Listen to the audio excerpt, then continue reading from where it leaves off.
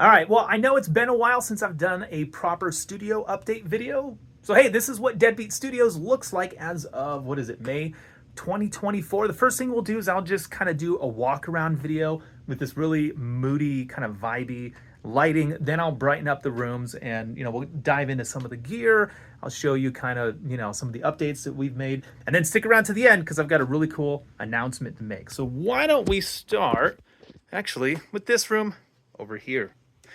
Coming through, this is the Jack and Jill bathroom, hey yo, which is actually kind of cool because it acts as an airlock between the two rooms. So at the moment, you can see we've got a drum set up here because I've got a drummer coming in at the end of the month over Memorial Weekend who's going to be doing some drum course videos here at the studio. And so this is kind of what we got going on in here.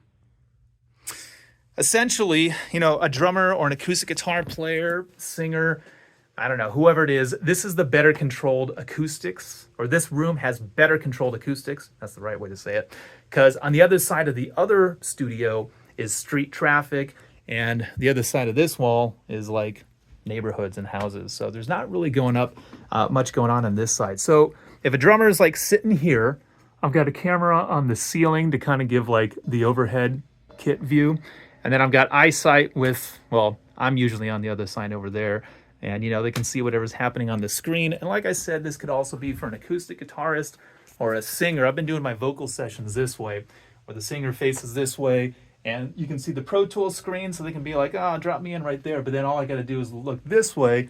And through the glass doors, I can see whoever's in there. So, like I said, I'll turn on the lights in a minute. And I'll show you what's going on behind all this stuff, and we'll check out some of the gear. But let's go back in here. This is actually pretty cool. My wife and I went to the Punk Rock Museum, and they had, the bathrooms all kind of looked like, like punk rock venues with stickers and writing and signatures on the wall. So when people come over, when we got home, my wife was like, you should have people sign our bathroom wall. I was like, that's a great idea. So Shim's been here 5 times. We had a tally each time.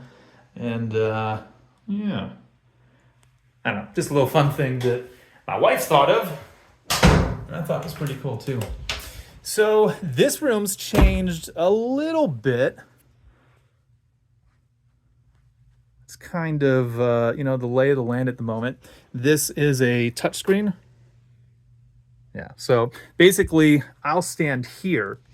This is like when I have a band in here, if I'm playing bass, this way I can handle the Pro Tools session or adjust any on-the-fly engineering or whatever, because I'm playing bass at the same time. And I can also see the drummer or the singer, the acoustic player, whoever's in there. And then we've got plenty of space over here for another 1, 2, or 3 musicians. This is a new addition. Let me get rid of this. The leather couch. Every studio's got to have one. So we got Jason hanging out over there. I'll explain what's going on. We got bass trapping pretty much surrounding all of the corners. These are new. We added a whole bunch of stickers to kind of, again, like stick with like the punk rock vibe. Kind of surf shop, skate shop, whatever. Got the acoustic, I'm sorry, not the acoustic, but the electric V kit over here on this side. That way, I can just kind of, this camera is on a swivel. So, I could be doing some drums and I can just kind of capture them there. Or I can point it this way and maybe I've got like they can see a pedal board or just anything that I want to, film myself having a top-down view. But essentially, the E kit is for me. And when real drummers come in, I put them over there. But yeah, that's pretty much what it looks like. We added some really cool Govee lights. These are pretty awesome. I can control them with my phone, which I'm recording with my phone right now, so I can't, turn them off. Okay, so hopefully this is better lighting to show you around. So let's check out some of the gear first. We'll look at the rack, which honestly is very, very simple. I'm running 3 Apollos, the X8P, the X6, and the Twin X. And like that's pretty much it. This is a hard drive bay just for adding extra drives. And that's the cloud lifter for, all of these SM7s. I do have another, rack set aside for outboard, but at the moment we only have a Neve preamp, the Portico 5017, and the Radial HDI. Honestly, I do so much in the box between the Kemper, which, whew, this Kemper right here is a lifesaver, man. That thing's awesome. Between the Kemper, the reamp, and the UAD stuff, like I don't need a lot of outboard EQs and compressors and stuff, especially since you can use the UAD plugins on the way in.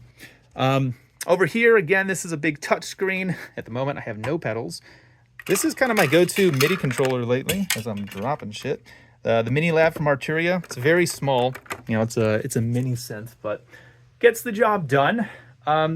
There's going to be speakers mounted to the wall here and here. I think I'm going to go with Kali. I believe they're S8s and a subwoofer. I haven't fully committed yet. This is typically where I stand when I'm doing like my talking head kind of stuff, because I can position this mic. There's a camera mounted right there. And I can just kind of stand here and do my stuff. But this whole computer rig rolls. So I can bring it over here and stand and still have the microphone and, like I said, conduct the session. Here's my feet. Conduct the session from, this station right here. What else do we got? The V-kit, like I said, that's for me because I'm not a very good drummer. So play it with MIDI and then I can fix it. We got a lot of Phil Jones bass gear. This is some of my favorite stuff. These are 8 of those, I believe those are 5-inch drivers. Got another 4 of them right there. So this is which one's this? This is a C2 cabinet. This is the BG1 something. Bass cub, I think. And I think that's called a C8. We got a Marshall cab, another Phil Jones rig. This one's new. It's called the Compact Plus, also known as the BG450. I know that because I just did a video on it. Here's the Bass Engine 17.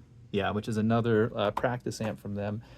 This is going back. The Fuchs ODS. I don't remember what these are. Oh, these are Harley Benton cabs. That's right, because it's got the head right there. And then some GK. I don't remember which one that is. That's pretty much all the gear aside from this. This is my grandfather's accordion. My grandfather was a professional accordionist before World War II, and by the time he got back, he became a mechanical engineer. But he never forgotten his love for music and the accordion. And when he died, I played that at his funeral. We did a polka, and I brought it back here because that's where I wanted it to be.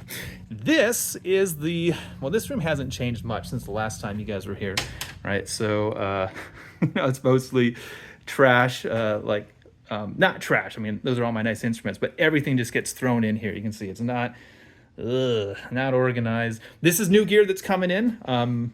2 basses, one from Spectre, one from Ernie Ball, and 2 boxes from Aguilar. What's in there? You're gonna have to wait and find out. This I'm planning on. Okay, so this little nook right here, as you can see, is just the trash corner where I place everything I don't have room for. But what I want to do is actually treat this little nook in here with like acoustic foam, make it really dead, and then turn this into a place where I can put guitar cabinets, face them that wall, and just have a totally dead environment to mic them for when I'm Kemper profiling or just miking up a guitar cab. Because right now I have to use the ISO room, and we might want to use that for something else. So that's pretty much all. Oh, actually, hold on. Let's see what new gear we have here. My old Starfire, my custom J basses. This is a 3-string P bass. I just broke a string. Taylor, which one is this? This is my favorite. The Taylor 214. This is a Strat American. Yeah, this is a American Pro 2. This is another really cool guitar. The Taylor GS Mini. Thing's only like $4 or $5, or I think it's $500. Really cool guitar. Gibson Grabber. This Sadowski is somewhat new. This is one of the Metro Express 2023 editions. That Bronco from Squier, I use that on 9 out of 10 recording sessions. Not 9 out of 10 songs, but of all the recording sessions, it gets used most of the time, trust me. Warwick, that's a Gibson 335 with one of these Evertune bridges on it. So this guitar never goes out of tune. We got a Carvin fretless Icon bass and my custom shop M bass, one of my first. Oh, you know what? Here's another thing I just added. Those same hang down lights. I've got them up there, and I want to continue all the way down. So at nighttime, when you're looking at it this way, this whole hallway can be kind of lit the same colors as the studio. Oh, hey, I guess at the top of the stairs, this is what you see as you're coming up. Looks even cooler at night. And then we've got the Lord of the Rings posters, all three of them, because I'm a big fan. Let's go back into the studio. I pretty much showed you everything in here. All the new additions. I guess, here's something that's kind of cool. These are all like Target bookshelves, these big black shelves. I just put them all the way up to the ceiling and put bass traps in them, along all of the perimeter of the room, essentially. But right here, I screwed in, some sheet metal so that I can hang cameras. So I can get 1, 2, and then there's obviously that one, 3 up there. This one's on a tripod. I can put it anywhere in the room that I need it to go. And then behind the Kemper, there's actually one on a slider. So this is on a motor and it goes back and forth. I don't know, just as a cool B-roll shot. But up here, Harley Benton uke bass. Another Taylor, I think that's the 322E. I don't really remember. This one I haven't played with yet. That's an 8-string from LTD. And another Taylor 217. That's a Gibson Les Paul standard that I've made so many records with in the past 6 months. That's a killer guitar, honestly. This bass I'm not allowed to talk about yet, but it's the Deadbeat bass, my custom J, and another 8-string, one from Schecter, and then my signature tenor 5-string. What are the 8 strings for? You'll find out very soon. Hey, let's go into here. Sorry, I've got to show you this room without all the lights. So yeah, Freddy's in the corner, more green screens. This is kind of cool to help with the lighting. I bought these on Amazon. So like you would use these to, like illuminate some art in your house or whatever. So I've got them set up to, make the green screens nice and bright. So when I turn down the lights and it gets really moody in here, you can still see the green and key it out in post. These are kind of cool. I did a video on this, I don't know, a year ago. This is how everyone does their ears here in the studio. It's just a MIDI controller that hooks up here with the console software from Universal Audio. That way everyone can control independent headphone mixes. But I will be getting a proper monitor console very soon. The UA only allows me to get 3 Q mixes, and I know you actually get 4, but I need the 4th one for the main output, which is going printing to video. I know, it's a wonky setup. So we'll have a monitor console here soon, but at the moment I do it that way. This is a great microphone. The Townsend Lab Sphere. Used to be from Townsend, now it's Universal Audio. Speaking of mics, let's check out the locker. If you remember from any of my older tours, before the leather couch was right there, before the leather couch was there were bookcases that went all the way across the back wall. So I moved 2 of those into here. All 3 didn't fit, obviously, you can see. There's no room. But so I've just got this kind of as like a general storage for drums and microphones. We got a bunch of Shure mics in here, Beta 52, SM57s. What is this? Some drum pads and drum triggers for electronics. This is basically a Black Beauty, but DW's version, the DW Design series. This is going to be a charging station for batteries and stuff. I got some hi-hats, percussive instruments. Just like I said, the acoustics are better in this room and it's quieter. So anything we want to do that uses live mics, it's better to do it in this room. So that's why I keep all the percussive instruments, cowbell and whatever you want to do. Couple more bass pedals. This one's the 5000 single, and this is the other double for the 9000, which is in the other room. Got a couple of new microphones also. This one's from Universal Audio. Hold on, check this out. This is actually, I haven't used it yet, but I'm really excited to give it a shot. These are pretty cheap. These little, what are these? SP1, I think it says. Yeah. Sorry, it's not focusing. But these little tiny microphones are supposed to emulate, a whole bunch of expensive ones. So they just came in about a week ago. I haven't gotten a chance to check them out. We've also got an RE20. This one's from Royer, a 121. We got an AKG D112 and some Sennheisers. And these are the rest of the toms that go with, this DW kit over here. So, I don't know. This room's, I'm still kind of tweaking it a little bit, but as a whole, I'm pretty happy. I haven't decided if I want to put clouds up because, the floor is carpet and all the corners are trapped and we've got tons of prime acoustic, panels and insulations. So it's pretty dead in here, but, you can always go deader when it's a small room because you can add life to it in post with plugins and stuff.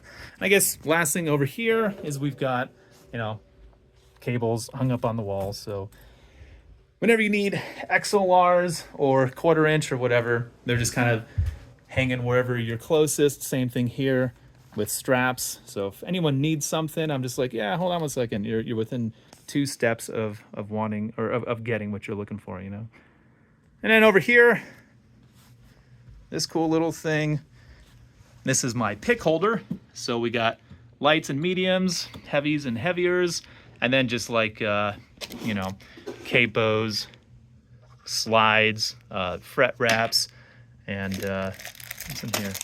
Tools and screws and stuff. And then, this thing's cool. This is one of those incense burners that, the smoke comes down. We like trippy stuff here. And now we're hanging out on the couch, the brand new couch. Now check this out. I told you there was an exciting announcement coming at the end, and here it is. I'm getting ready to launch a musical podcast. This is where one of the stations is going to be. So when I built this studio, I didn't have any kind of intention. This mic's not plugged in, so we'll just kind of go that way with it. But when I built this place, I was just like, okay, I have a lot of gear and I make YouTube videos and I play a lot of bass, so might as well do recording sessions and I might as well film some of them. And as you can see, I've got cameras kind of hung all over the place for the sake of really being able to streamline some sort of, what I want to call it is like Joe Rogan, but music, or Your Mom's House, or, pick a popular podcast. It'll be a bunch of musicians getting together. We don't know what we're going to do. 3, 2, 1, go. It's all filmed. It's all recorded. How long does it take? What are we going to do? Is it going to be a song? Are we going to jam? Are we just going to talk shit and mess around? I don't know. But I can tell you this. I've done 10 episodes so far, and we've gotten 10 songs out of it. So every single time I just get, 3 or 4 killer musicians in here. We plug it all up, and we plug everything in, mic everything up, and then we just jam and see what happens. And so far we've gotten 10 songs out of it. They'll be released once a month over the next 10 months or so, because we still have to mix them and do the full promotion of what a song deserves. But there'll be all these long form podcast episodes, 2 to 3 hours each, of you getting to be a fly on the wall and watch it all to come together, kind of like Get Back, but entertaining. I promise, it's actually fun. We do our best to not make it seem like you're just at band practice and we're hitting the same things over and over and over again. When they start sucking, we start making fun of each other, and it's actually a fun, entertaining show of, hey, here's how music gets made. So I'll have one station here where somebody can, as you can see, sit and play guitar, sing into a microphone, whatever. We could have another person next to him. The couch is big enough. But I'll have another station right here where another person can be. And then obviously, I already told you, I'm always over here. And then we've got that room over there. So technically, we could do 4 or 5 people at a time for this podcast. I'm really looking forward to it. It hasn't launched yet. And as you can imagine, it is a massive undertaking. And there's a lot of work and pre-production that's got to go into releasing songs. And that's the other thing too, is these songs will actually come out. They will actually be on Spotify. I've got a lot of guest features, some really, I would consider them famous bass players, drummers, guitar players, and singers. We got some names coming onto the show, and some of those artists are going to be releasing the songs also. So I'm just saying, I'm this close to launching it. I just have to wait for all the other pieces to come together. So I can't tell you what it's called. I can't tell you when it's coming out, other than very, very soon, and we already have like 10 episodes ready to go. So it's coming, I promise. Just got to hang in there. Other than that, hope you guys enjoyed the studio. I hope life is treating you well. I launched a website called Jamie's Bass Academy back in December, which is like the next evolution of thebassist.net. And I'm sure you've noticed there's a lot less bass content here at the site and at the YouTube channel, and that's on purpose. The bass content is mostly now moving to Jamie's Bass Academy. So click on the link in the description if you want to go check that out and get more bass content. And what we're going to be doing here at Deadbeat is a lot of music content.